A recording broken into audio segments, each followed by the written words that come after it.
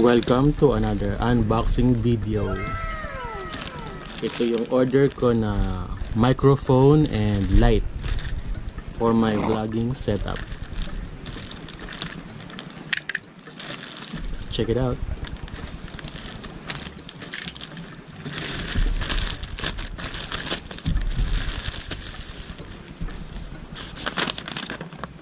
Yan, nabili ko siya kay One Gadget.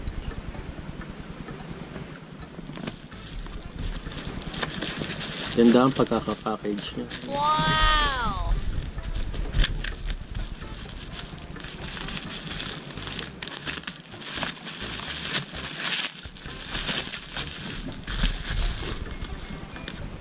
This is the light. LED light. Ito, meron siyang barcode. Original. Wow! Then finally, meron na akong bagong microphone.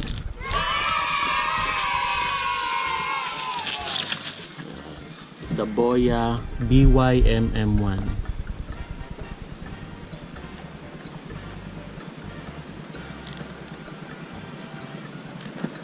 Microphone. Compatible siya sa smartphones, tablets, digital SLR camera. I usually buy in Lazada kasi dito pwede yung card payments. So now, i-open ko naman muna itong LED video light muna. Wala mo siyang tape.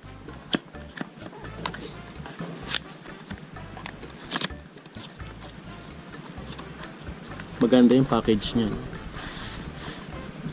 Yan, maganda rin ang manual. Cold shoe mount. May charging indicator din. It's a rechargeable one, so you don't need to put battery to buy a battery.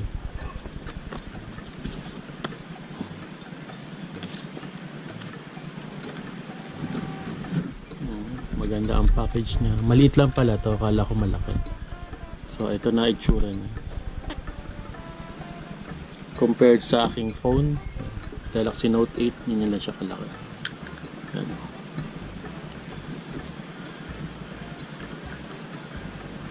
There's an on-off switch here. Oh, malakas. Naka-low pa lang pala yan. Low pa lang yan. Low, medium, high. So, pati-testing ko to later para makita natin kung anong itsura. Ito yung kanyang micro USB cable.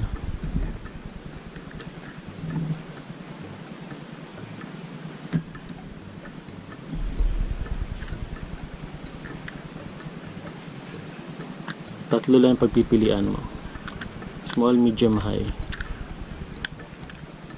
Quite good. It's Sevenoak. Yung mga warranty card. Yan. Yun lang ang kasama niya. Wala naman siya mga filters. Tago lang natin ito. Later I will check and show you how it works.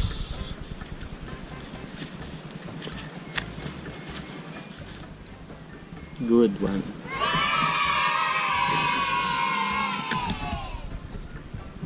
Ito naman tayo sa aking Boya MM1 microphone. Marami na nag-review nito, so siguro napanood nyo na rin, ay compare nyo na. Pero pumili kasi ako ng microphone. Dalawang pinagpipilian ko, yung VM001 tsaka yung MM1. Yung VM001 kasi maganda yon, pero kailangan ng battery. This one hindi na kailangan ng battery. Rekta na yan. So maganda talaga ang pinanggalingan ng mga items na to.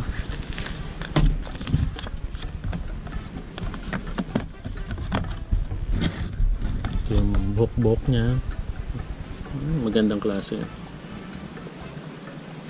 Meron din siyang Boya na bag, carrying bag. Yung mount niya, cold shoe mount. Then yung dalawang klaseng pangkabit dito sa mic niya. Later I will show you kung anong tsura niya.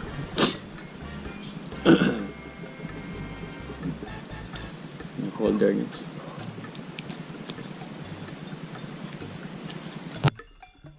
Naalis ba to?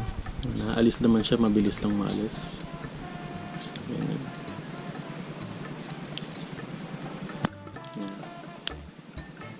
From now on, medyo maganda siguro yung aking audio. Yung pangkabit. So, ito pala. Oh, same lang sila. Same.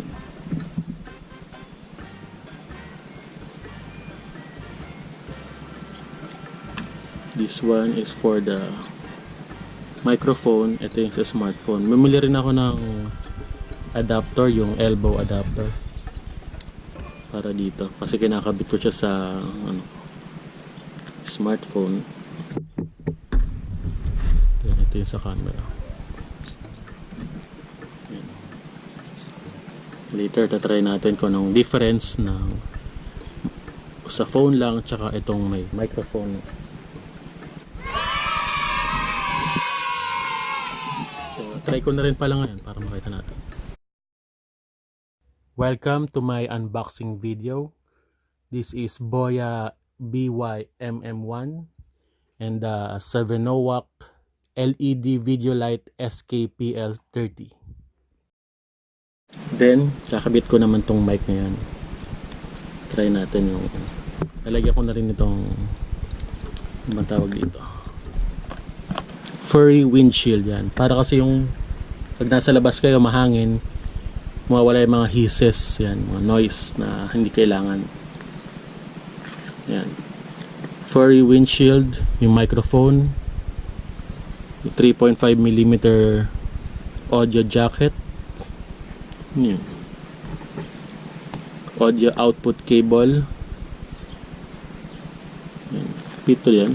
1, 2, 4. 6 lang. 6 na parts lang yung kasama niya. Hindi ko alam dito kung ano yung wala. Yan pala. What's the difference between the TRRS connector and the TRS connector? 3.5mm TRRS are for smartphones, tablets, or Mac. Ito yun. Yung hindi kulot. For TRS connectors, it's for cameras, camcorders, audio recorders, and audio-video recording devices. So, para pala to dun sa mga camera. Yan. Ito pang smartphone. So, smartphone yung gagamitin natin. So, tatry ko naman yung meron ng mic. The comparison between the Boya BY MM1 and the Sevenoak LED video light SK-PL30. I'm comparing the regular audio from my mobile phone with the microphone that I'm using right now. Okay? So ayan, play natin para makita natin yung difference. Pakinggan natin maigi. Ito yung una. Welcome to my unboxing video. This is Boya BY MM1 and the Sevenoak LED video light SK-PL30. Man po yung meron ng microphone. The comparison between the Boya BY MM1 malinaw siya, malinaw, and the Sevenoak LED video light SK-PL30. So need ko lang lakasan yung boses ko.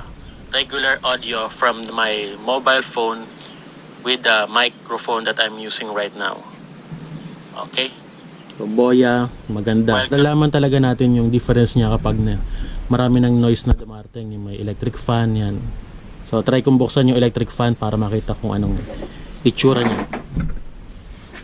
So now I'm testing the regular microphone from my mobile phone na nakabukas yung electric fan. So tignan natin kung meron siyang noise na makukuha. Yung paghinga ko, Tingnan natin kung makukuha yan mamaya sa Boya mic. So ayun yung regular. Kakabit ko naman ulit ngayon yung microphone. Welcome, and I'm just trying out the difference between the regular microphone from my mobile phone with the connection of this Boya microphone. Makikita natin kung nakukuha ba, napipick up ba niya yung electric fan. Yan. So, thank you. Boya microphone. Sulit na sulit naman ang pagkakabili ko para galing kay One Gadget. Yan, authorized distributor siya ng mga gadgets, ng mga microphone, mga ilaw, at kung ano-ano pa.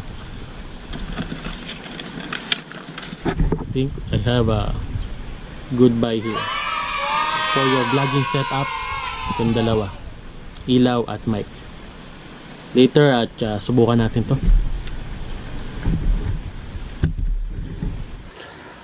Hello, welcome back. So ngayon check natin tong Sevenoak na light. Ito, walang ilaw ngayon sa kwarto. Tapos medyo yung heavy na kortina, naka blackout na kortina, kaya yan madilim. Ito itsura niya kapag walang ilaw. Ang gamit ko yung aking Galaxy Note 8 na front cam para sa pag-video. So check natin kapag meron na siyang ilaw. Ilaw lang sa kwarto. Subukan natin.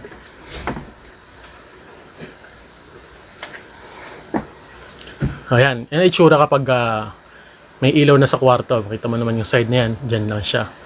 So kukumpara ko naman kung ito lang ilaw na ito ang gagamitin ko. Bali, itong ilaw na to ay may tatlong setting. On, yan ang on. Naka-on na siya. So ayan, naka-on na siya. Ito yung minimum settings niya. Diba? Maganda na siya.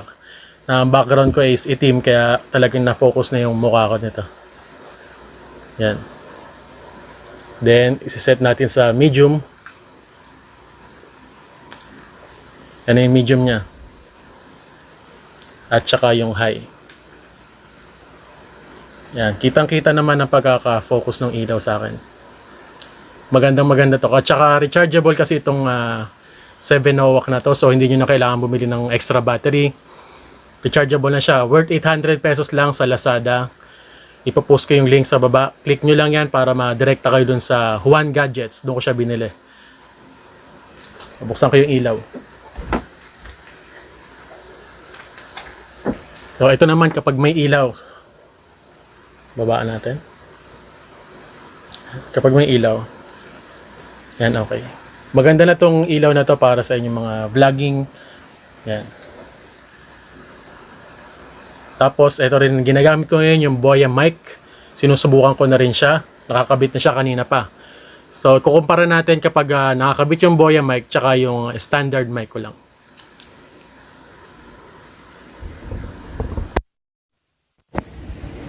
O, ayan. Tinanggal ko na yung mic sa aking cellphone.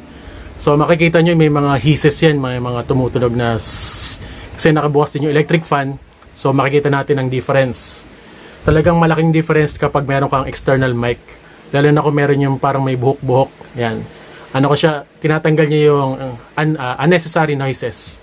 Tsaka talagang kinukuha niya yung boses ng tao. So ayun, kakabit ko ulit para makita natin ulit yung difference. Ayan, naririnig niyo na ba? Mas maganda na ba yung sound? Sana naman ay mas maganda na yung sound kasi talagang pinaghandaan ko yung pag-antay ng pagbili ng mga extrang accessories para sa aking pag-vlog. Which is itong ilaw, tsaka yung mic. Kasi nahihinaan sila sa boses ko, although mahina talaga yung boses ko kapag nagsasalita.